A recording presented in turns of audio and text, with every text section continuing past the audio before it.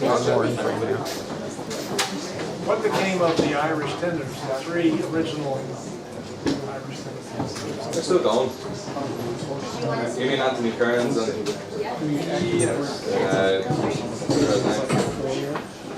they're still going. They're not throwing as much as they used to because I think they made a lot of money and they don't need to. But they're still around. There's a bar actually around the corner called Health on Talbot Street. He's music there Friday, Saturday, Sunday nights, and he's often in there, Anthony Kearns.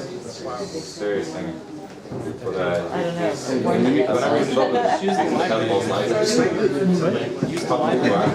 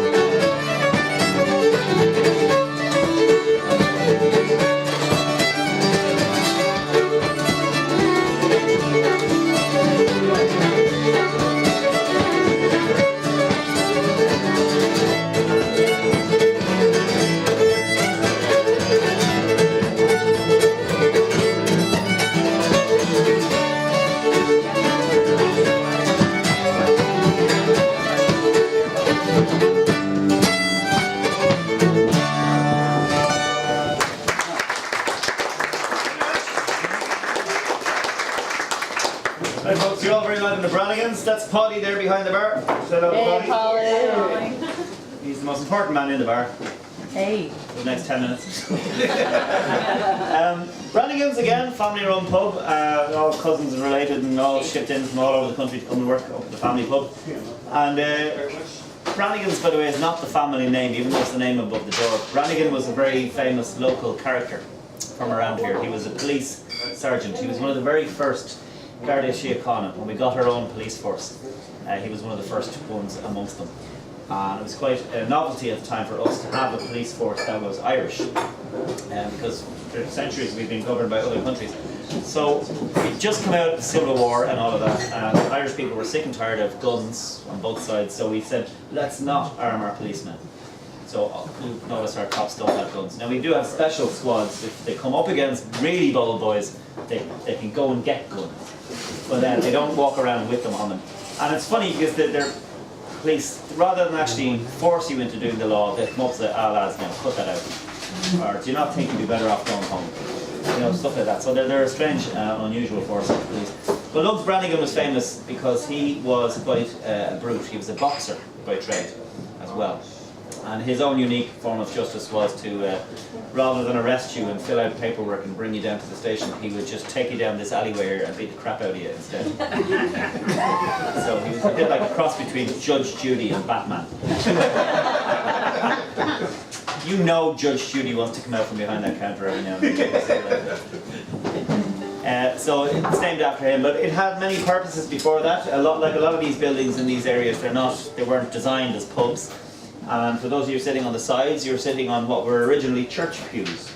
They've been covered over with leather to make them comfortable, but they were originally church pews. And that's why those windows are designed like such as well, because this used to be a chapel, believe it or not, and it was for the nuns. This is holy nuns' bums sat in those seats where you all are now. And this was their little chapel. It was also where the nuns used to play darts. There's still, we suspect, one of them is still here in her ghostly form. She has been witnessed a couple of times, and you hear her knocking around as well. If there's a nice crowd in here, you can hear her moving stuff around upstairs. There is nothing upstairs, but we often hear rumblings going on. And the cleaning ladies are afraid of the place. They want to clean on their own. They always have to go in pairs.